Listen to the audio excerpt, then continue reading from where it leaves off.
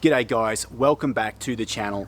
My name's Aaron and I have a passion for movement and sharing it with you to help you improve your movement game. Today, a very special episode. It's all about the straddle planche.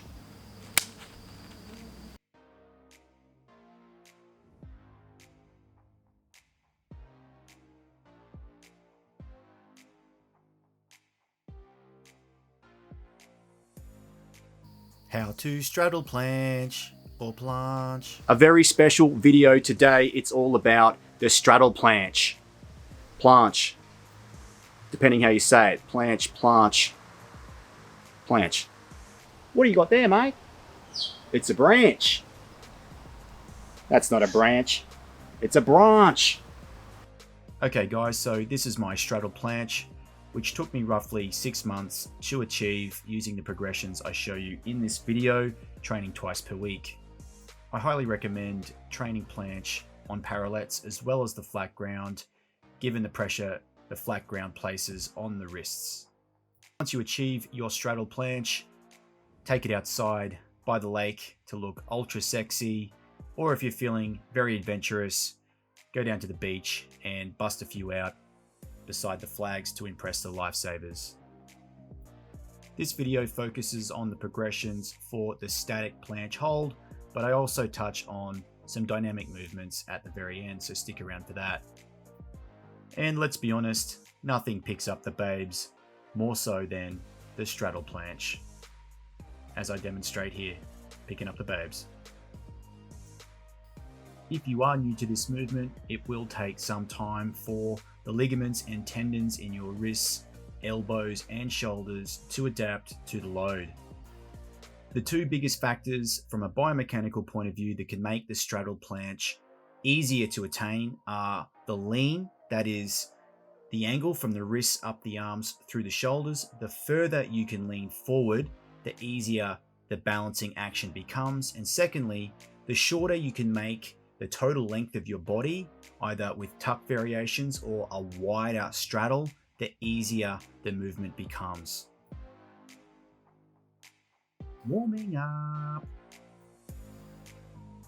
I start every straddle planche session by warming up the wrists. I like to start with these wrist wobbly circle things for a few minutes before I do some heel raises. Generally, 10 reps is good. 2 or 3 rounds will do. And then I like to work the backs of the hands with some reverse knuckle push-ups. Again, sets of 10 reps, 2 or 3 rounds. Notice with these, I do a full lockout at the top of the movement and spin the pits of the elbow forwards. After these, I'll do some large circles, putting weight through the wrists in all different angles, just to really give them a good warm up and get ready for the load to come. Finally, I like to stretch the wrists out in a similar angle that they'll be in with the planche itself. Then I like to warm up my shoulders by using a yoga cat to cow stretch.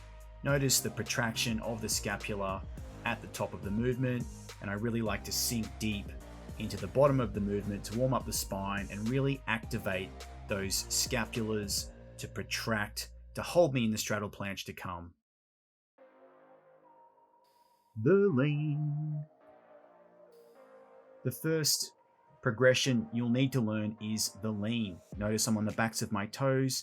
I'm leaning forward as far as I can, protracting my shoulders, keeping my hips level with my shoulders. As for hand positioning, you'll need to figure this out for yourself, but I like to turn my hands out 45 degrees, slightly wider than shoulder width.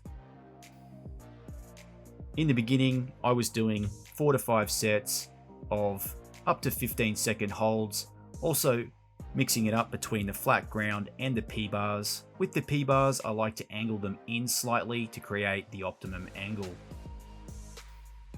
As I said in the beginning, I would do 4 or 5 sets of those leans for up to 15 seconds per set. And in between, I would take 90 seconds, 2 minutes rest, and use a lacrosse ball to prepare my hips mobility wise for the straddle work to come. If you can comfortably do a 15-second lean, 4 or 5 sets, you should progress up to an elevated lean, again working up to 15 seconds for 4 or 5 sets. Tuck holds. Once you're comfortable with the lean progressions, it's time to move on to the tuck holds. Notice the feet leave the ground, the arms are dead straight, the scapula is protracted, the pits of the elbow are facing forward.